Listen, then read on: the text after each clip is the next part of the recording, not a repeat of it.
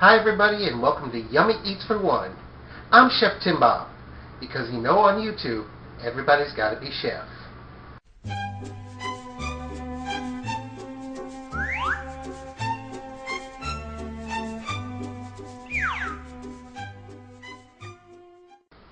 Hi, today we're going to do a French onion steak. This is actually something I came up with because one time after being at a restaurant I had some steak left over. I was thinking, what can I do with it? I don't feel like just heating it up. And just a couple days earlier, I made some French onion soup, and that's where the idea hit me. Just added a little cornstarch to it. It was really good. So I figured, how can I actually make this into an actual recipe? Okay, this isn't going to be a steak tutorial because you know how you like it. You can do it in the pan, you can do it in the broiler, you can do it on the grill. I mean, you can slow cook it in a cup of lard for all I care. But this is basically for the sauce. We're going to do a regular version and a low-carb version, which is hardly any difference at all. Except with one you'll be using cornstarch and one you'll be using xanthan gum, which is a real pain to work with, but figure out how to make it work a little easier. Okay, you're going to need an onion about this size, and you just want to use half of it. So just cut off the ends. Get the outside skin off. Cut it in half. And peel off the outside skin there, which you don't want. And of course, remember, this is going to be for one person, so just multiply it however many you want. Okay, now what you want to do is slice it this way. Make those long little strips.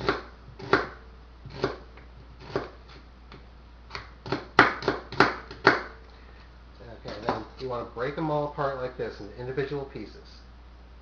And now what you're going to want to do is you're going to want to caramelize them, which is kind of like sauteing them, but on a much lower heat. So that way they won't get like all crisp like you do for a stir fry. But you want them to slowly cook so all the sugars come out and it'll get that nice caramel color. And here's what we do.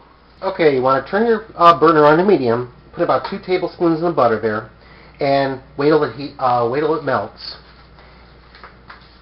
It's not going to be super quick because you don't want the butter to burn. As you can see, the butter is almost melted.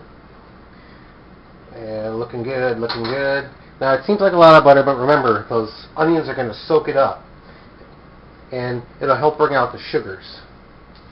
It'll make them all nice and sweet.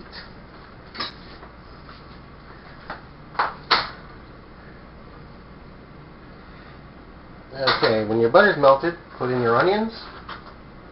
Cup I didn't break up there. Alright, mush them around like that. Add a little titch of thyme in there, some dried thyme. Not a whole heck of a lot, because you know, thyme is pretty strong. Maybe a 1/4 teaspoon. Quarter, half a teaspoon. And either a very small or a half a bay leaf. And just mix it around like that for a little bit. Oops. Tried to escape there. And kind of leave it alone for a bit, and now we'll work on the sauce. See, now the good thing about doing this is, you know, while you're doing your onions, if you want to cook your steak out on the grill, just sit here and get your charcoal going. And the good thing is you can, like when the onions are done, you can turn it off for a while and go cook your steak. And when your steak is done, you can bring it in while it's resting, because you want to let it rest for at least 5 minutes. That's when you can finish up your sauce and it'll work out all perfect. Okay, what I do is a 1/4 cup of sauce per person. I'm using half chicken and half beef base. Usually I don't use these type of things, but they're buy one get one free. And, well, I really don't like them because to me they just kind of taste like water. But you just want to go in here and mix it in there. So that way, you know, you want something to be able to, a bigger thing to squish it around with. And it just doesn't have enough taste for me, so see, this is something I should suggest you get. The Better Than Bouillon chicken and beef bases. It comes like almost like a paste, and actually that's what a lot of restaurants use because they're a lot easier to work with than like the granules and stuff like that. much more concentrated and much easier to work with. Just want to give it a nice strong taste here. That's more like it. Okay, here's where it gets different. If you're not low-carbing it, you'd add about a teaspoon of cornstarch into your sauce mixture and mix it until it dissolves. Other than that, it's all the same. Okay, the onions are almost caramelized here. And here's where you start with the xanthan gum if you're low-carbing it.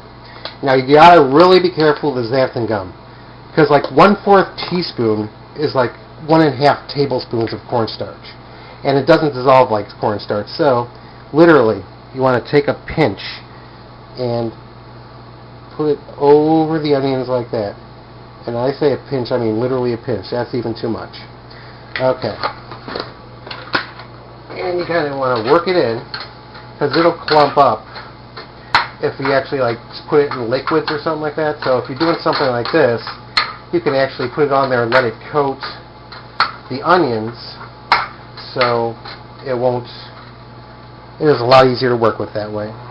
Oh, and also a nice touch right about now, maybe add a little bit of red wine to it. And not too much, just to give it a nice little bitey flavor. That's always good. Let that go in for a bit. Yes, it was frozen. I took it out of the freezer. Because a lot of times it's like you drink some wine, you'll never finish it. Don't throw it out. I just put it in a container, put it in the freezer. Okay, you won't be drinking it, but it's good for like cooking with. Now, here's where you want to put in your sauce.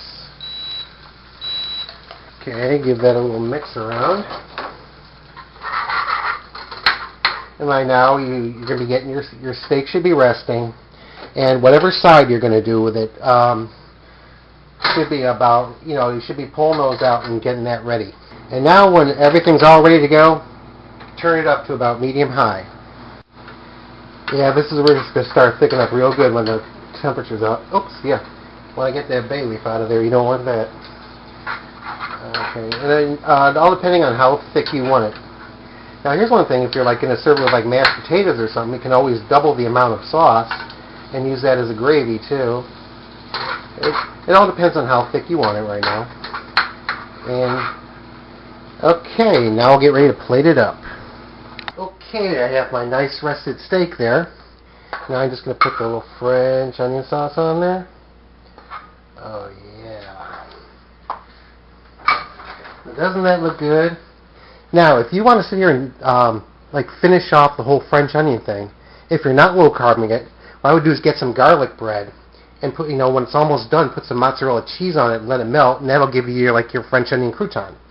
And I'm just going to do mine with a nice salad and, well, probably some water or iced tea. But if it would probably go great with a nice red bottle of wine. Okay, enjoy.